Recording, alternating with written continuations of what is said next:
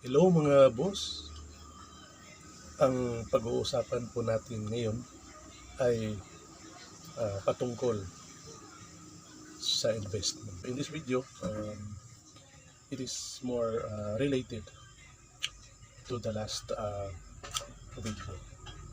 So this time, we are going to discuss the overview about investment. So ibig sabihin, atin pong himay-himayin ang kahalagahan or importansya patungkol sa salitang investment. So before that, this topic, it has something to do with a publication which was written by Adam Hayes. It is published in the Investopedia, and in the last part of this video, ay ilalagay ko po yung exact names and references for this topic. As we all know that there are a lot of definitions when it comes to the word investment. But pinili ko po na itong isinusulat ni Adam Hayes ay ito po yung bigyan ko ng buod sa video ito. Madali lang naman kasi it is just an overview sa topic na investment. So let's proceed. So ano ba talaga ang ibig sabihin ng investment? So accordingly, investment is an asset or item acquired with the goal of generating income or appreciation. So ibig sabihin, pag sinasabing investment, it has something to do with generating income or appreciation. So ang appreciation po mga boss, ito po yung opposite ng salitang depreciation. So depreciation, depreciate. So meaning, yung appreciation, part of the definition of investment, ito po yung ang isang asset or item pagdating ng panahon ay tumaas yung value or ang halaga. Ibig sabihin, tumaas yung value or kumita yung investor. So that is appreciation. So it has something to do with the increase of value. Pag sinasabi kasi natin depreciation, ito yung bumaba yung value of a certain asset or item. So ibig sabihin, an investor, when depreciations happened, ay tiyak na nalulugi yung investor kapag depreciation. So ito po yung mga kahulugan ng salitang investment. At alam nyo, kapag sinasabing investment, it is not just talking about money.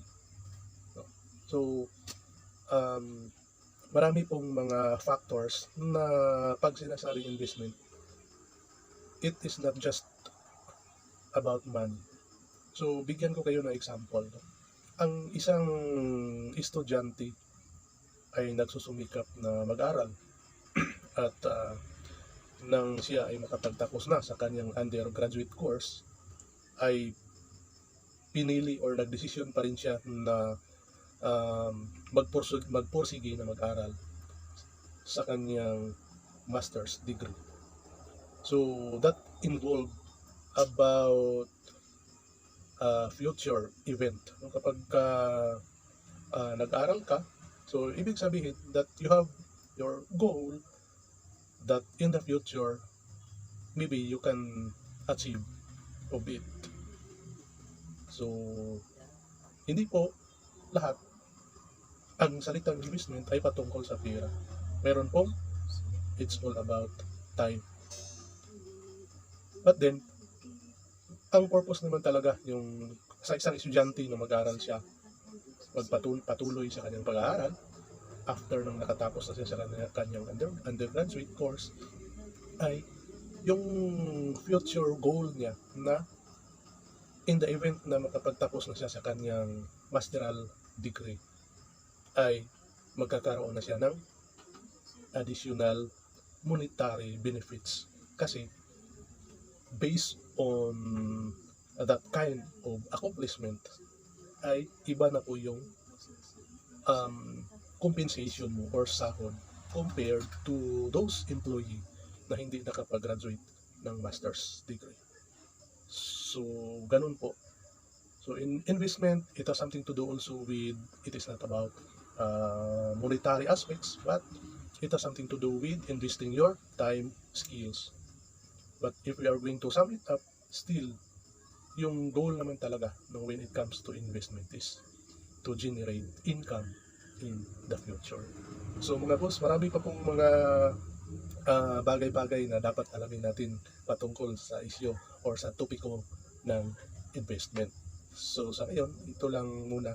And maybe pag magkaroon pa tayo ng mga pagkakataon ay atin pa rin ipagpatuloy ang diskusyon ng topikong investment. So very interesting po kasi ito kasi lahat naman tayo ay nagsusumikap na magkaroon ng mabuting estado ng ating pamumuhay sa ating lipunan. So that's it mga boss.